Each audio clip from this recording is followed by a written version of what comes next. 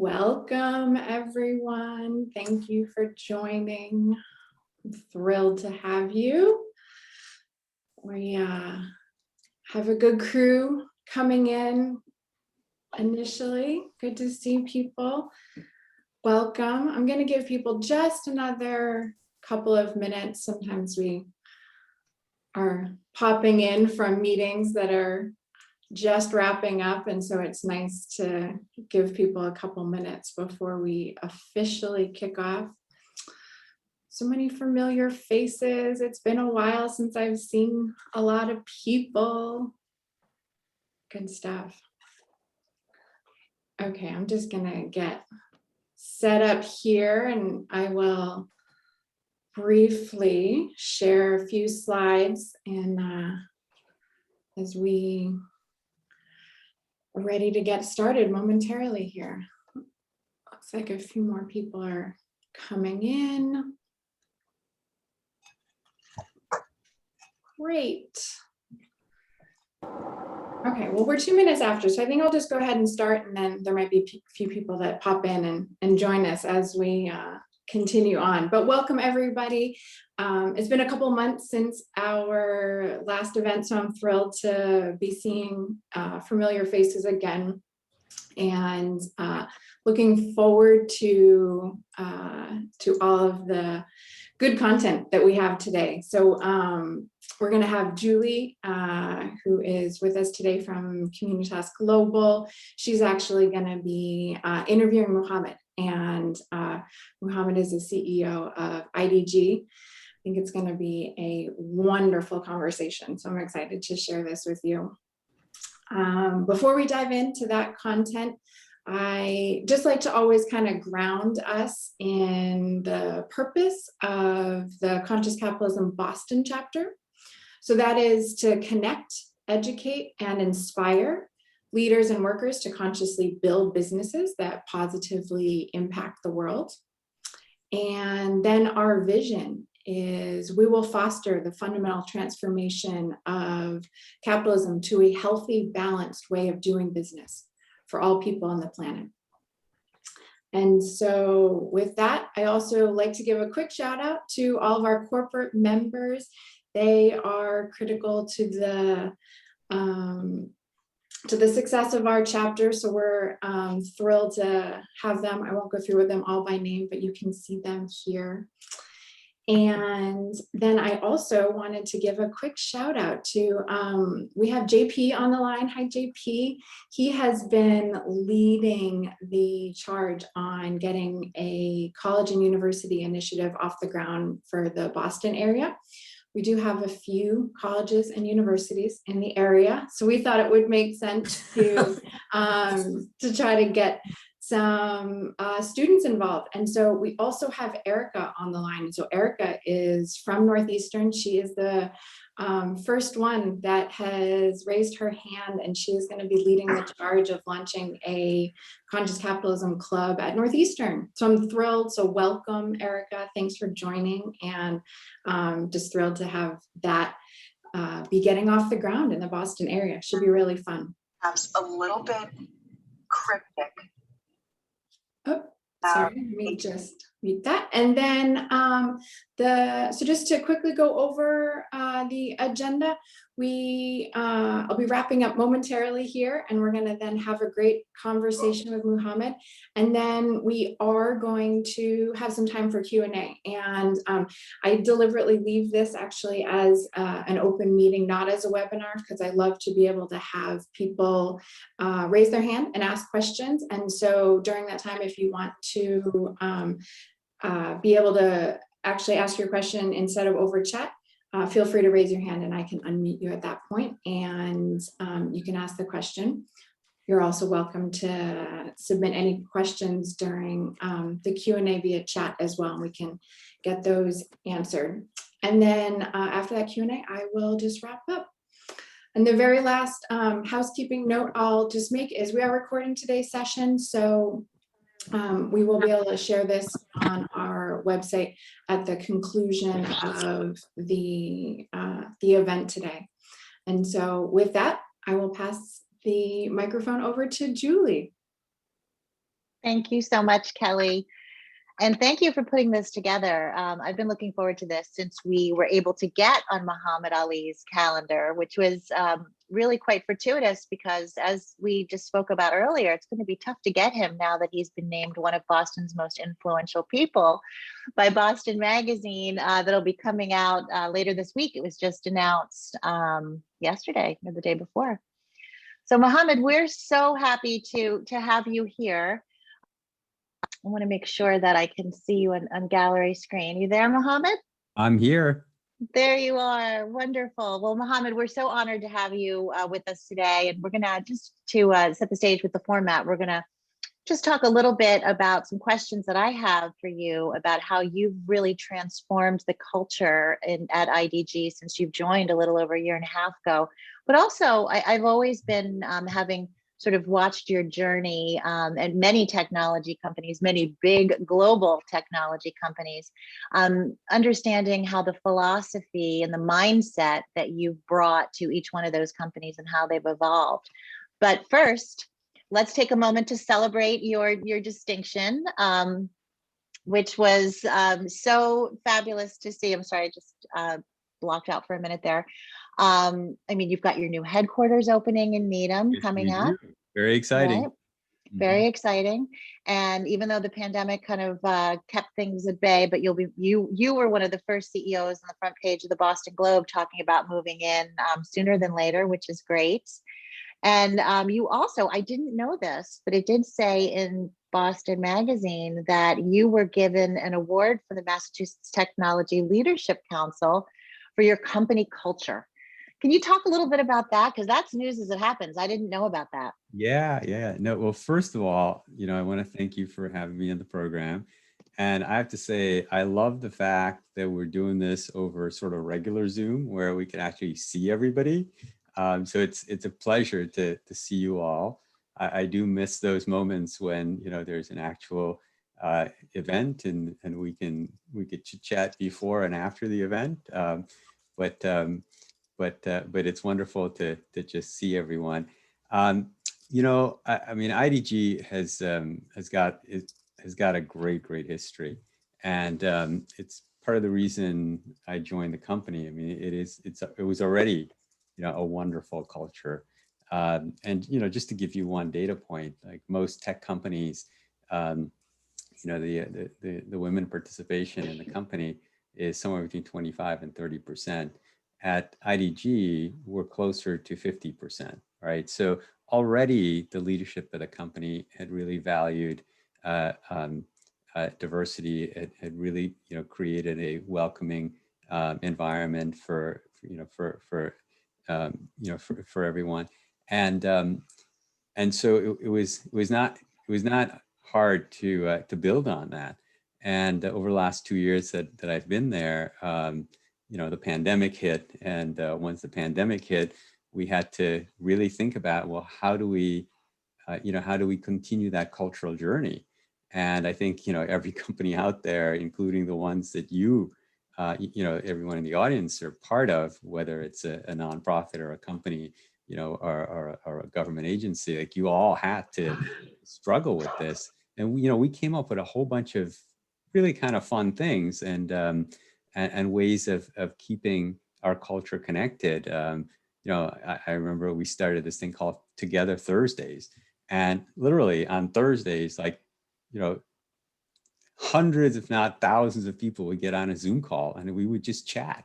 And that's really become kind of a staple of our life now. It's part of how we stay connected.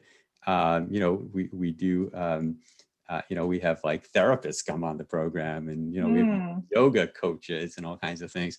And yeah, it's still over Zoom, but it's one element of just sort of staying together, right? And I guess at some point, Mass DLC, like poll people about their company culture, and I guess someone in our company must have submitted something, and Mass DLC gave us an award for for the work we were doing to sort of maintain and enhance our culture even during this pandemic time, which I know everyone has been struggling with. Absolutely. It is a common theme that how over the past year have companies maintained a culture that's consciously looking forward to whenever we, what is the word I heard yesterday? Regenerate. I Yeah. loved that word, regenerate, versus, back to or rejoin, this idea of regeneration. It's because what's going to come next is going to be formed from new growth. And I think that's the most exciting part about it. Yeah. When we met, and I know I've asked you this question so many times, but it truly did change my life. When you and I met a few years ago at a luncheon with then State Representative Joe Kennedy, and he was trying on these different. Jesse Mermel was there too from the Alliance, and he was trying on these different ideas of. He was calling it moral capitalism. It's been called conscious capitalism. That's right. And you were so honest in this group of CEOs in saying that, at the time you were leading a publicly traded company, and you said, as a CEO at a publicly traded company, I know the right thing to do, and as a good human being, I know the right thing to do. The challenge is that I have a fiduciary responsibility to have a return on my investments for my shareholders. How do I balance those two? And you could see it was a real struggle. Do you still think about that? And what would you say to a publicly traded company CEO to help them navigate those tough questions? Yeah, no, it's a great question, and I think every publicly traded company CEO sort of wrestles with this. And I'm on the board of 2 publicly traded companies, and we have this discussion all the time. And ESG is a big deal, and we talk about how to balance ESG with the shareholder return needs. So this is absolutely sort of a burning question. I see positive movement. I don't know, how many of you or if any of you read the Stakeholder Capitalism book by Klaus Schwab.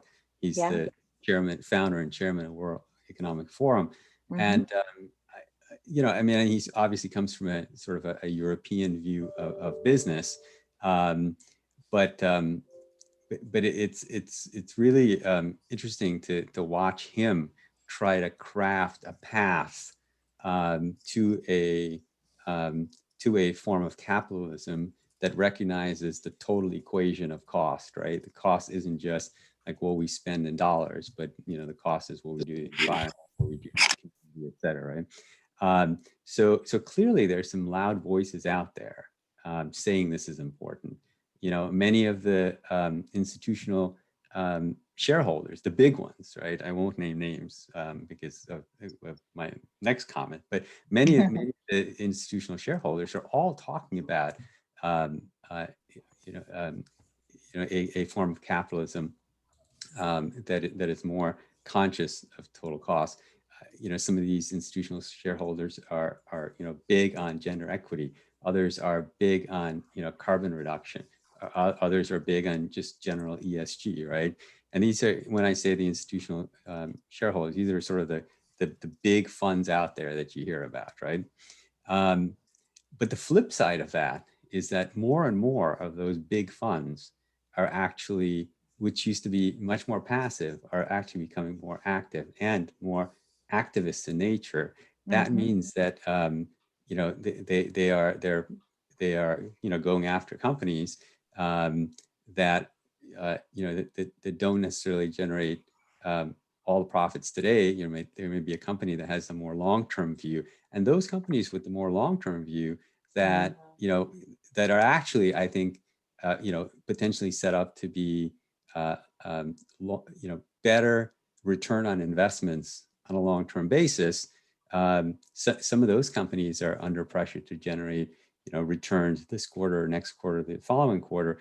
And if you have these investors on the one hand, espousing gender equity and carbon reduction and ESG, and the other hand, they are forcing these companies to make short-term decisions versus better long-term decisions. We're still out of balance. We have a lot of work to do still, right? But the discussion is happening, right? And the voices are coming out. Exactly. And ESG is becoming more mainstream. It's evolving as we speak. A day doesn't go by where we don't get a question about, how do we even get started and do we need to be tying this to our annual report? I just worked with a client last week that for the first time tethered the two together, their sustainability report with their annual report, and they had been reporting on sustainability for 22 years. They never put the two together, and I think we'll be seeing more of that for sure. And that's an important distinction, because one of the things that I found most fascinating that you did, which was brilliant when you came in to IDG, and I heard you say this on a Harvard Business School podcast, where you said you really looked to tethering the organization to what Patrick McGovern's founding principles were. You excavated, which is a term we use, and you were able to look at what did, and the brilliance is, what his vision was so forward looking. So talk a little bit about how you went about doing that. Yeah, that's great. So I think that the word I actually used was reanchoring, but tethering is a great word. It was reanchoring. Reanchoring. It was reanchoring, yeah. So when I came to the company, I obviously saw tremendous opportunity to grow the business. Hello. So in some ways, when Pat McGovern died in 2014, the business was left a little adrift, and so just from a kind of a mathematical perspective, I saw just a lot of upside in the revenues and the profits, all of that, and we went off to do that, and I could talk about how we did that, but when I got here, it immediately became clear that the values and the value system that Pat McGovern put in place in 1964 was sort of adrift as well, and we need to go back to what's our purpose, what's our vision, what's our mission. And as we started pondering that, it actually didn't occur to me that we didn't have to invent something new. We could just go back to what Pat started with. But at first I thought, okay, we have to invent something new. We have to have a new purpose, right? But we didn't have to have a new purpose, because when Pat started the company in 1964, his vision was anchored around sort of making the world a better place through technology. He came from the world where the world was becoming a better place through chemicals and through plastics and all. That was kind of the generation that he came from. And here was this new thing called technology, and we were definitely going to make the world a better place with it. And 50 years later, we know that technology has contributed on both sides, right? Both on improving people's lives, extending people's lives, but improving convenience. You can order stuff and have it show up at your door in minutes now, right? All kinds of good stuff. But on the flip side, technology has also contributed to all kinds of negative things, including climate change and so forth. And so as we thought about that, we decided, look, we don't have to reinvent. We can go back to that, except we're going to sort of reinterpret it for the current times, right? And so we settled on the vision of the company being to make the world a better place through technology, and then the mission and all the actions that come out of that are much more specific. But now it's not just about getting technology anywhere. It's about using technology in the right way to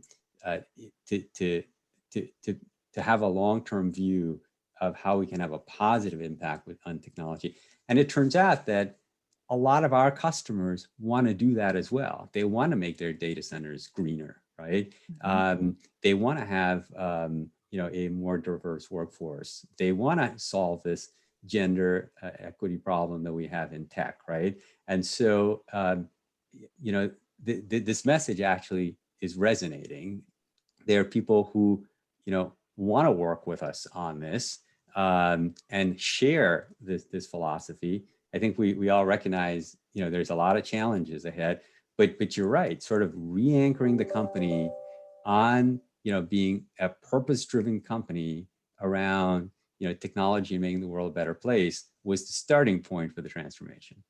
It's brilliant. And I think one of, you hear tech for good a lot among the FANGs, Facebook, Apple, Amazon, Netflix, Google, but not many are living it. And I think the most brilliant part of your strategy is you have the opportunity for stewardship like none other. I mean, you host over, at least in pre-pandemic days, over 1,000, 1,500 events a year around the globe, right? Your analysts are constantly talking to clients.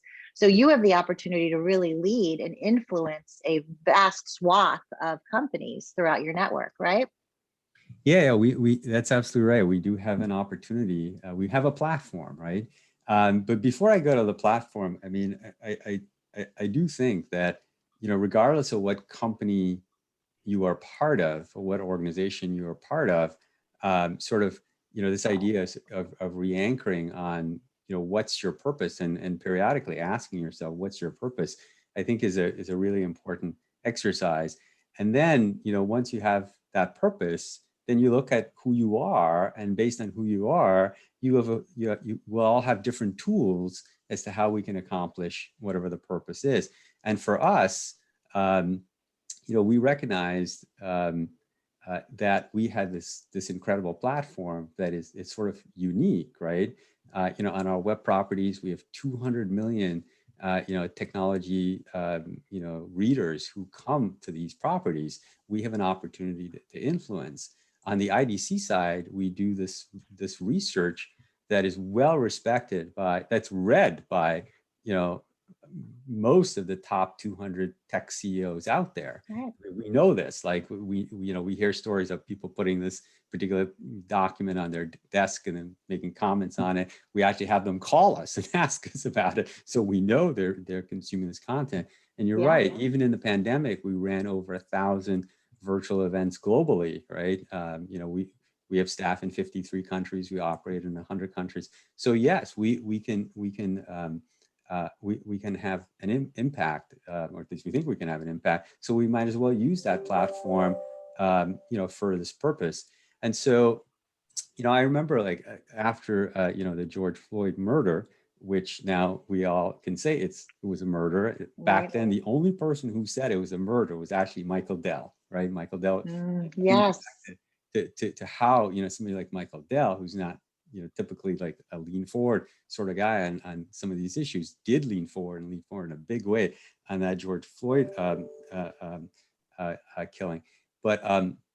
But after that, I'm part of an organization called Massachusetts Technology Leadership Council, and it's about 500 tech companies in the area, and we sort of all got together and said, hey. Oh, a little dancing interlude there. Music, right? So like, what should we do? I mean, something pivotal has happened here, and we just can't keep going. And so we created this thing called the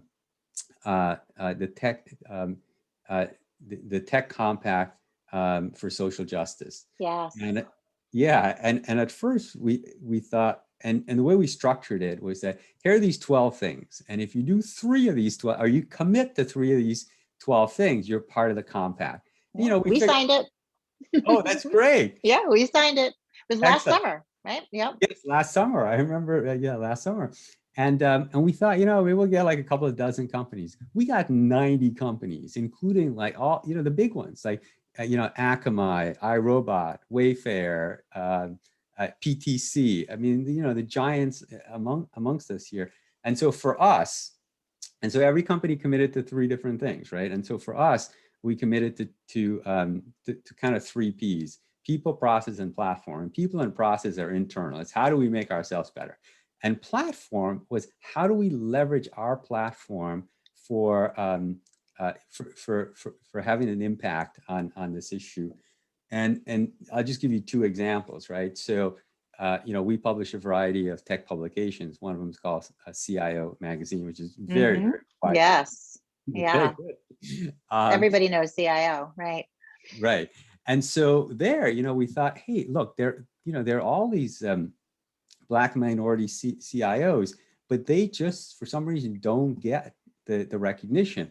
And so, we started a whole series, recognizing them. And then in our CSO magazine, which stands for Chief Security Officer, we do a lot of it does, the obvious cybersecurity, but also looks at algorithms and that sort of thing. We started running, these articles around,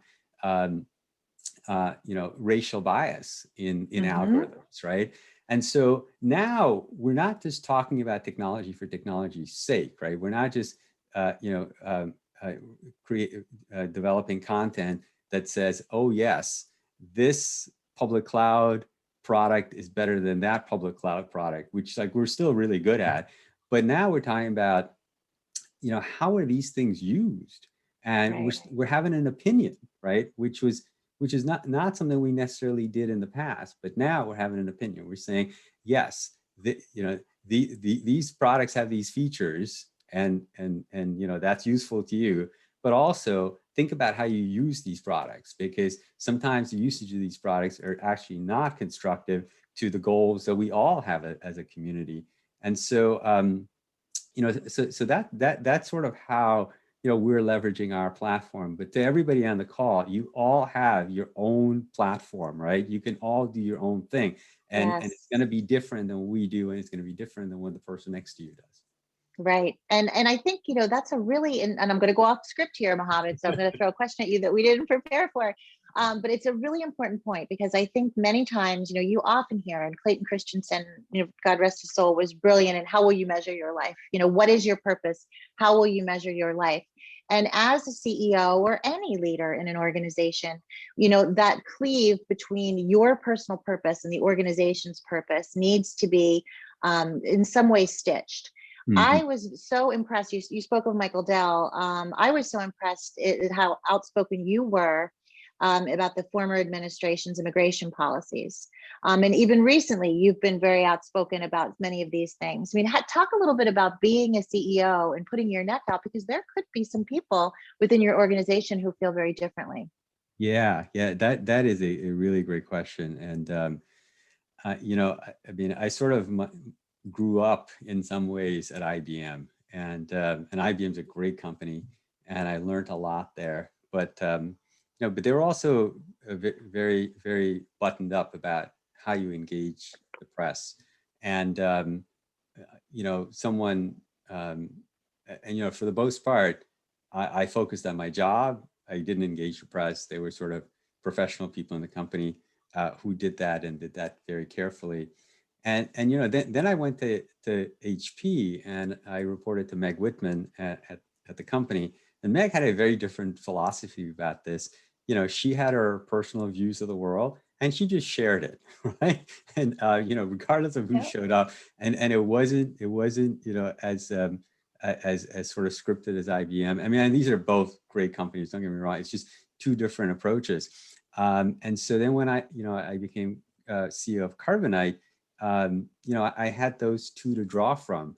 And in some ways, I think they were both beneficial, because, I sort of learned how to do this, sort of potentially properly from the IBM way. And at the same time, deeply from your heart in Meg's way, and the things that kind of resonated with her is what she focused on. And so, but for the most part, like when I first joined Carbonite, I was just going to stay quiet and just do my job. Right. And then this travel ban hit, and that was like particularly personal to me. And again, I really didn't know what to say or how to say it or what forum to say it in. And then one day, I get to work, and I get this call around 10 a.m. from the Attorney General saying that she's going to file this lawsuit, and and she wanted some folks to stand with her as she filed this lawsuit. And so I remember I had forgotten to shave that day, and I was in the office. So I asked somebody, "Hey, is this okay to be on TV?" And they're like, "No, go shave." So I actually ran down to CVS. I bought a shaver. I came back to the bathroom. I shaved, and then I got this call back saying, "Hey, can you make a few remarks?" And I said, "Okay, fine." And so I wrote something. I ran to our general counsel. I had her look it over, and she said, "Fine, you could say that." then I get there, and Bob Brown of Boston University, the president, was another one of the participant speakers. And I showed him what I was going to say, and he said, I think you can make this better. Oh, that's so funny. He sort of gave me some idea, and he was absolutely right. And so, so I altered it a little bit, and when it was my turn to speak, I spoke from the heart, right? And I think Bob, in some ways, inspired me to not just stick to the script, but to speak from the heart, and I did. When I got back to the office, it was really quite something. Like, I was very concerned about how, people would take this. Our investors, our employees. We have employees all over the country, with varying perspectives on this. Yes. And our other stakeholders. And I got back to the office, and as I walked through the office, I guess some people had watched it, and it was all positive. And then maybe the next day I got an email from one of our investors, and this was sort of the clincher for me. And the email said, we have been happy investors for a long time. Now we are proud investors. And oh, wow. we did the link to the video, to the speech. And I thought, you know what, there's a right way to take these positions. You're not going to, make everybody happy. But you're going to, if you do the right thing, and you do it in a, in a respectful way, and it like I said, it doesn't have to be an easy, respectful way. It could be a tough, respectful way, because we eventually got the mass DLC community to support an amicus brief that was used in the Hawaii case successfully, and then was used in the Supreme Court against the administration, which failed. But we went out pretty aggressively, but we did it in a respectful way. And you're right. I mean, these kinds of things could blow up at every step, but it didn't. And because it didn't, I suppose, it gave me some confidence that one can take important ethical and moral positions, and and persist, and at the same time, do good by the company and its shareholders. It can be done. And that's why this organization, Conscious Capitalism, exists, right? There's a way to do it. I was also so inspired to see the Black leadership come together a few weeks ago with what's happening in Georgia. The Black CEOs come together and encourage their white and non-white counterparts to all come together with unified voice. I mean, that's really impactful. The title of this chat is The Primacy of Stakeholder Relationships. Now, the Business Roundtable, very famously, actually, Communitas was just born, a tiny wee baby. I think we were like 2 months old when the Business Roundtable came out and said that, that shareholders are not more important than stakeholders, and that the purpose of a corporation is to serve the broader community. Many said that was lipstick on a pig. It'll be 2 years in August since that happened. Talk to me about how you look at the primacy of stakeholder relationships. What screens do you put your organization through? Yeah, I mean, when I think of our stakeholders, obviously you think about, your shareholders and investors, you think about your employees, you think about your business partners, right? Your vendors, your channel partners, et cetera. And then the communities that we all live in, right? And that's a big part of it, and potentially an extensive part of it. And I would say, I think most companies do spend a fair amount of time on the first three, and potentially less on that last one. I think you're right. I mean, it's good to see the Business Roundtable say what they said, but I think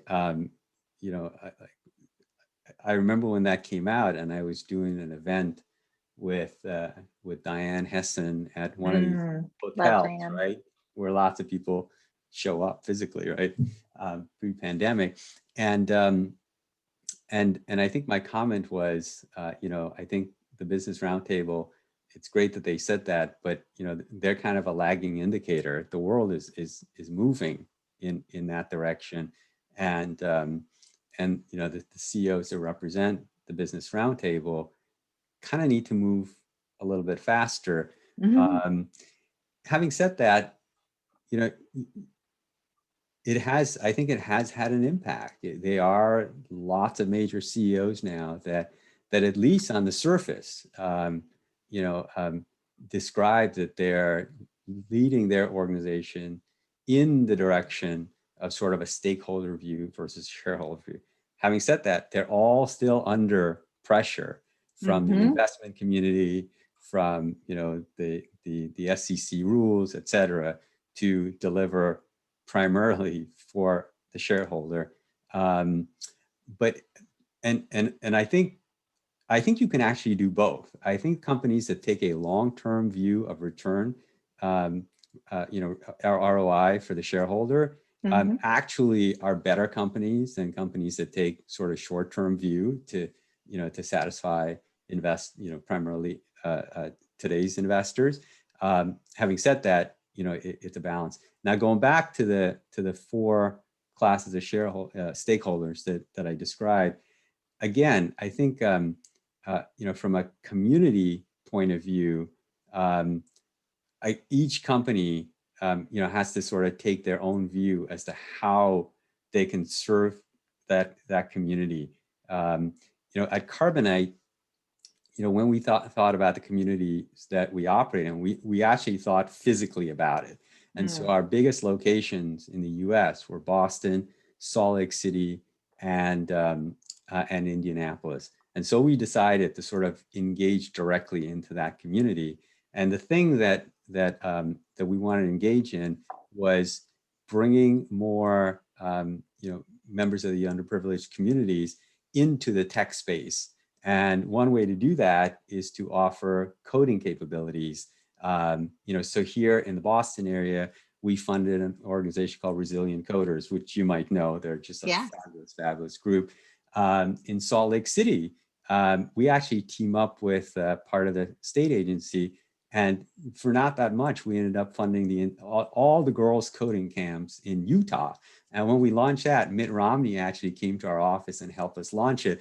And it was great because they actually had a bus, like the Magic School Bus that they drove around to all these different schools in Utah. And then in Indianapolis, we did something similar. Here at IDG, we can engage the community very differently, right? And I described earlier how we use our platform, our 200 million visitors that come to our sites, our engagement with the tech CEOs. That's a different way of engaging the community. So, I mean, I think again, each company, each organization that's on this call today have a different way of engaging the community, because the community is absolutely a stakeholder, right? In those three cities, though, it's the talent out of those three cities that make us successful, right? And so, we felt we had to give back somehow to those communities. Absolutely. When I worked with McDonald's way back in the 90s, they had something called a Good Neighbor program. And the Good Neighbor program was instituted among all of their franchisees. There are 20,000 units in the US. And the video that they used to show, and I'm dating myself, but they showed this video of Los Angeles burning after the Rodney King verdict, or the Rodney King beating. And the only thing that was standing in Los Angeles were the McDonald's, because the McDonald's restaurants had become a pillar of the community. They supported the local Little League team. Most of their employees were a part of the community. And it was this idea of the franchisee in that community was, the place to go. So I think it's great to see, bigger companies have that stewardship moving forward too, because if everyone did it, it would be a much, much better place to work. I think we're also seeing right now the emergence of employee resource groups, ERGs, within companies more and more that need to be respected and watered and cared for because you have to respect the whole person, right? You want to bring the whole person to work, not just, and we're not even going to be bringing the whole person to work That's anymore right. now that we're in our homes. Yeah. So it's definitely, it is a new way of thinking, a new way of working.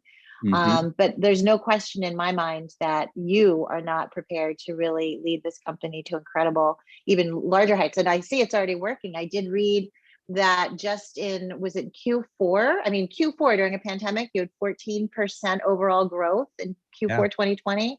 And you also won the coveted Institute of Industry Analyst Relations Analyst Firm of the Year award. Yes, you're paying attention. That's great. Yes, which is huge. Those are all incredible things. Yeah. I could talk to you all day, but I know that there may be some other people that have questions, so I want to be respectful of that in the chat. Kelly, are you looking at it, or let me see what questions Kelly's asking? Yeah, well, we we're don't have any letting questions now. not yet. Yeah, but if there While are we're letting questions. people maybe come up or think of a question they want to ask, because they probably weren't thinking I was going to do that. I do want to tell you a funny thing about Meg Whitman. Meg was my client again in the 90s. I'm dating myself really badly today, but this is a really funny story. She was the brand manager at Hasbro. She was my day-to-day client, and she managed the G.I. Joe brand collector unit, which was huge. Like, people who have G.I. Joe dolls are just crazy nutty for these G.I. Joes. Yeah. And this online community, this trading community, I'll never forget. When we went down to a meeting in Pawtucket, she's like, well, you guys, I'm leaving. I'm taking a job. And I was like, oh my God, where are you going? And she goes, I'm moving to the West Coast. I'm going to a company called eBay. I was like, eBay? Right. What in the world would she want to do that What are for? you doing to your career? Right? Yeah, her career is over, clearly. Yeah. It's just remarkable. But you're right. In having, I feel blessed to have had that, that early in my career, I've had a chance to work with someone who was so honest. And the fact that she would even, share that with us and tell us how excited she was. And she was a real person, a real human. Oh, very, very real. Like, I mean, Meg's cube was sort of diagonal from mine, and you never had to guess what Meg was thinking. She was always very clear about it. So. That's, that is a gift. That is a gift. Let's see if we have questions, Kelly. Oh yeah. Oh, that's somebody from Northeastern. We have a quiet group so far. Does anybody want to? Oh, here we have. Yeah. We just had a question from Bob. So, Mohamad, how do you think about the environment and the relationship that the business has with the environment as one of your stakeholders? Yeah, I guess I sort of lumped the environment with just community as a whole, right? And that's why I said it's kind of an expansive category. I mean, it's extremely important, right? And it's not just for companies that are physical companies and manufacturing companies and transportation companies. It's for companies that are tech companies as well. It's how much data center capacity do we use, right? I mean, there's some studies that suggest that by 2040, 1/5 of the planet's energy consumption could be coming from data centers, and so if that turns out to be the case, these companies that are not manufacturing companies but are kind of ideas companies have a major role to play in the environment. I think for the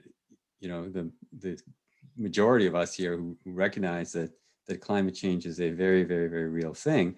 I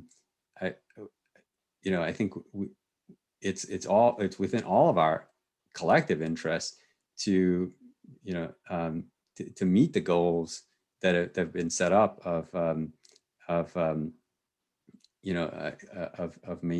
maintaining the climate, the temperature increase to whatever the level is. It's like 1% or something by 2040. And I think there are a couple of motivations. One is obviously we have one planet, and if we damage the planet, we're going to have a lot of problems, and sort of the moral and ethical aspects of that. But I think there's also a practical one for business, because the time frame is no longer that long, right? We're talking 10, 20 years here. And so the one thing that business thrives on is stability. And in a world that becomes, more and more unstable, whether that's driven by, climate change and people displacement and storms and all of that, or by social unrest or other, triggers of social instability, that's generally not good for business. And so whether it's, the moral end of it or the practical end of it, I think, business leaders are starting to recognize that we have a problem here. How exactly we deal with this problem, I think everybody is struggling with. But yeah, I absolutely think that, environment is a huge component of this. And I think specifically in the tech industry, we have a big role to play, both on the consumption side of energy and carbon release, but also on the technologies that can help kind of reduce the consumption in other industries, right? We should be building the technologies, and so as we build those technologies, there's certainly kind of a profit opportunity to building those technologies, but yeah, I mean, I think the environment is a critical component of this.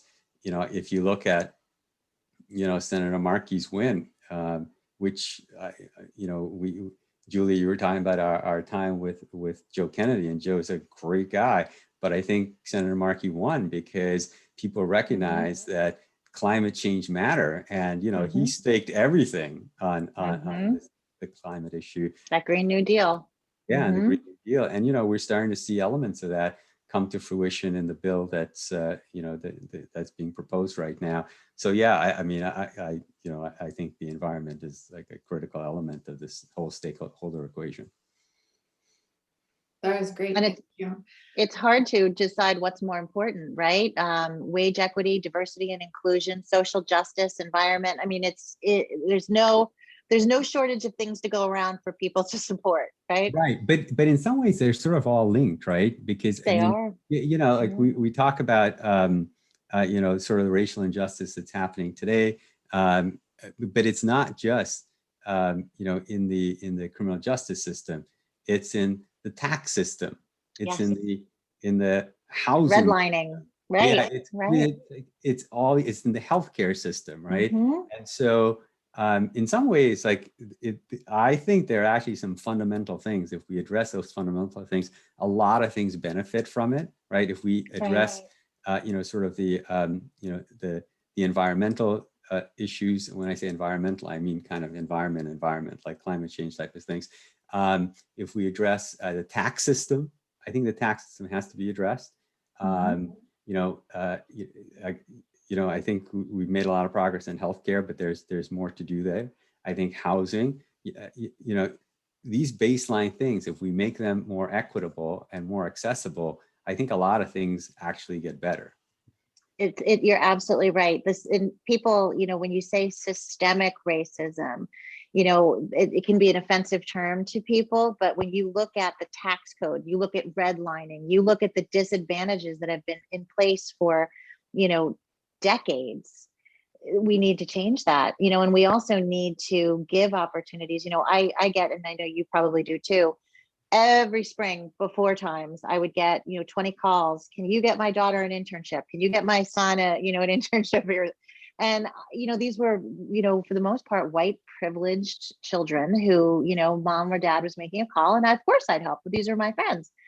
But I made a concerted effort about 1.5 years ago. For every one of those I help, I want to go out of my way to help someone who lives down here in the Bunker Hill housing projects who doesn't have that advantage.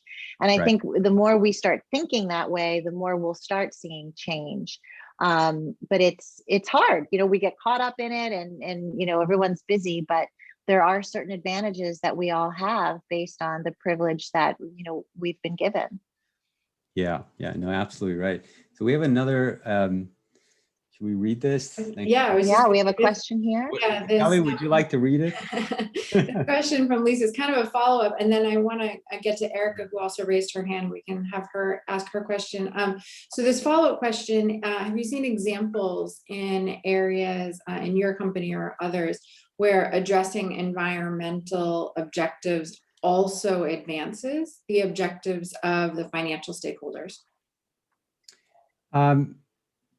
Yeah, I mean, you know, I've seen examples in other companies where you know, especially companies that are manufacturing companies that build you know, hard products. You know, at iRobot, you know, we've sort of you know, worked hard at creating sort of a trusted brand. And, you know, part of that trusted brand is, you know, the quality of the product, but it's also sort of the security of the product, and it's, you know, the environmental aspects of the product. And I've seen other companies, you know, sort of, you know, take that perspective that, you know, doing the right thing environmentally is actually part of my brand. And I think Julie might have pointed out that in some of these annual reports, people are now including this. I'll point to actually 3 companies that not only include it, but like go out of their way. And that's Nike, Adidas, and I believe Under Armour. And they not only, you know, have a write-up in their annual report, they have a whole addendum. And the addendum, each one of them is like 100 pages. And maybe it's the Adidas one where they actually list out the MDGs, right? The Millennium Development Goals, and actually align a bunch of their initiatives to that. And, you know, I think part of what they're trying to communicate is that their brand doesn't just represent style, right? It also represents values. And I think there's a whole, you know, a world of customers now that value values, right? And you kind of see that with Apple and their privacy play, right? So just yesterday, so this is not environment anymore. This is sort of, you know, values and a different kind of values. But just yesterday, you know, they announced that, you know, all apps now will have to get you to opt in to give them your data. Whereas before it was the other way around. The apps just take your data and do whatever they want with it. And you had to figure out this complicated way to opt out. And like, you know, most people can't figure out how to opt out. And now it's the other way around. And this is, and you know, and Facebook comes out and says, hey, you know, this is a huge problem, right? And then Tim Cook responds, you know, saying, this is our values. And I think, I think on the environmental topic, there are definitely companies who are driving top line and bottom line by doing the right things environmentally and making that part of their value system, and the customers recognize that and reward them for it. Mhm. And I'll just put in one extra company people can take a look at. It's a company called Interface, which makes commercial carpeting. And there is a documentary that was just released about them, and their whole business is based on making the manufacturing process better and more environmentally friendly for all of the textile production that they've done, which is notoriously a dirty business. And they have really transformed, and it's been hugely successful for their financial stakeholders. So just put that out there as well as another example. Yeah, and Kelly, there is another example in that stakeholder capitalism business, which is Maersk, which, you know, which is this giant shipping company that, you know, consumes lots of fuel and so forth, and they have you know, undergone all these programs to kind of reduce their carbon footprint. Right? Yeah, absolutely. Erica, do you want to go ahead and ask your question? Yes, hello. Thank you so much for having me to this talk. It's very exciting to be a part of and listen into. And Mohammed, your insights are really awesome to hear. I was wondering if you could speak on the limitations of what a conscious or a private business can do.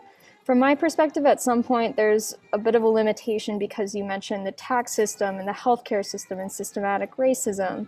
And as a conscious business, you want to make an effort to limit the negative side effects of these systems through being as equitable as you can, but what can you actually do as a business to fix those systems? So Erica, Great question. first of all, thank you for starting the program in Northeastern. That sounds like a lot of fun. And second, I actually think businesses can do a lot. And in some ways, at least historically, I think businesses have sort of held back some of the progress. Look, there are a bunch of things we can do internally, right? I mean, we talked about, for us, it's the people process platform. We'll do that. Like the other 90 companies that signed up for the social compact will do their thing. But one of the areas, there's actually a fourth that we've adopted that's not on this list because it's primarily me that's adopting it. And that is related to policy, right? So if we as businesses pursue policies that are better for us as businesses, and I'm talking about tax policy, employee policies, healthcare policies, to reduce our costs and continuously reduce our costs, that's good. But if it's at the expense of society, if the workers can barely afford to have healthcare or not, if the workers can't afford housing, if the tax system is such that it benefits us, but then somebody who is making less than $20,000 a year can't survive, then we have a problem. We have a broad problem, and I think businesses have a meaningful impact on those policies. And so I think we have to look at what we are doing relative to those policies and adjust it. Like right here, I mean, I've been involved in the CEO community here in Boston for 20 years now. And, I mean, I have to say that I've seen several times when I think we as a business community have come down on the wrong side of policy and we've won, right? And we've won at the expense of the broader stakeholder, the community at large.